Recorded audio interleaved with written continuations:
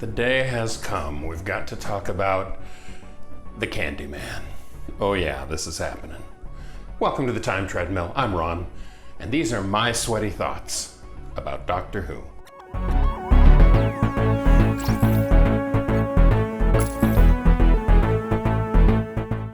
The Happiness Patrol is a thinly veiled commentary on then UK Prime Minister Margaret Thatcher.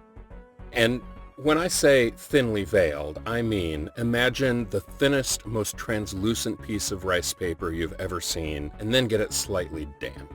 There are many story elements that deliberately allude to the Prime Minister's crackdown on union miners during the 1980s, and a reflection of the entire Thatcher-Reagan era of conservative politics that broadcast this hopeful, cheery tone, while underneath it was a layer of grim oppression and seeping totalitarianism. Yes, the story takes it to absurd extremes. Of course it does. It's a pantomime children's program, and it's not designed to be realistic. It's designed to heighten and make comment upon the current political scene. Remembering that Doctor Who is and always has been a liberal, humanistic program. It's all about multiculturalism and inclusivity, and this story discusses all of that in spades. I unabashedly love this story, and yet it's a story that I can't really recommend to a casual Doctor Who fan. This story, more than any other, shaped my unfounded opinion of the Seventh Doctor before I ever watched him. And yet, when I finally saw it, it continued to reshape and burnish my opinion of Sylvester McCoy in the role. Now, of course, the big elephant in the room is this dude, the Kandy Man. And yes, he looks ridiculous. It's virtually impossible to look at this character and not just laugh out loud at the absurdity of this being a major villain in a mainstream science fiction program. He's patently ridiculous. And I will even grant you that the writer of the screenplay was horrified at how the character was interpreted. The Kandy Man was not implemented in any way like he described it on the page, and in fact, when he novelized the story several years later, he took the liberty of recasting and redescribing the Kandy Man as being much closer to human and resembling more of a zombified clown than this garish conglomeration of confectionaries. So, yeah, I get it. I had seen this picture long before I saw the story, and it pretty much summed up my opinion of the Seventh Doctor without ever seeing it.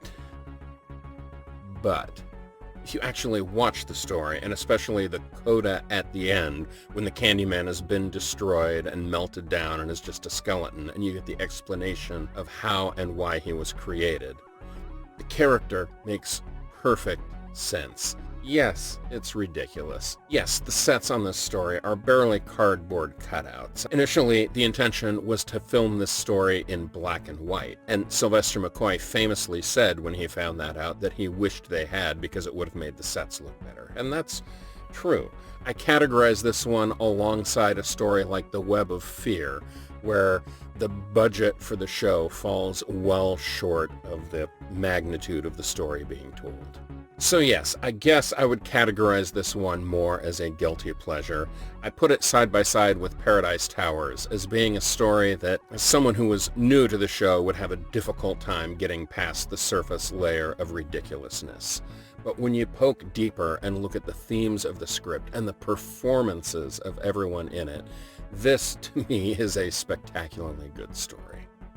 And here we are now exactly halfway through the Seventh Doctor era, and it's going much, much too fast. This is all going to be over for me way too soon, and that makes me a little bit sad.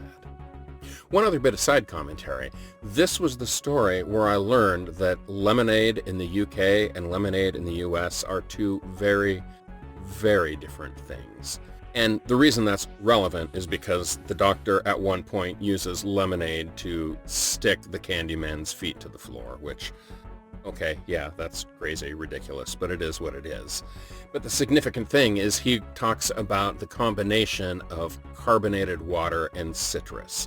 And yes, in the United Kingdom, lemonade is a carbonated drink. It's a fizzy drink, as opposed to the United States, where lemonade is a flat drink.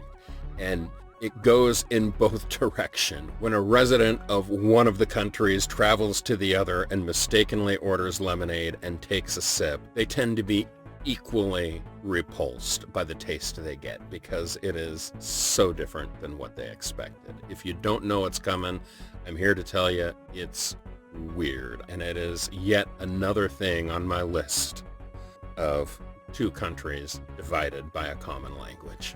Anyway, that wraps up the Happiness Patrol. Tomorrow I move on to the unofficial 25th anniversary story for Doctor Who, The Silver Nemesis. It's certainly not one of my favorites of the Seventh Doctor era, but it has its selling points. We'll talk about that tomorrow.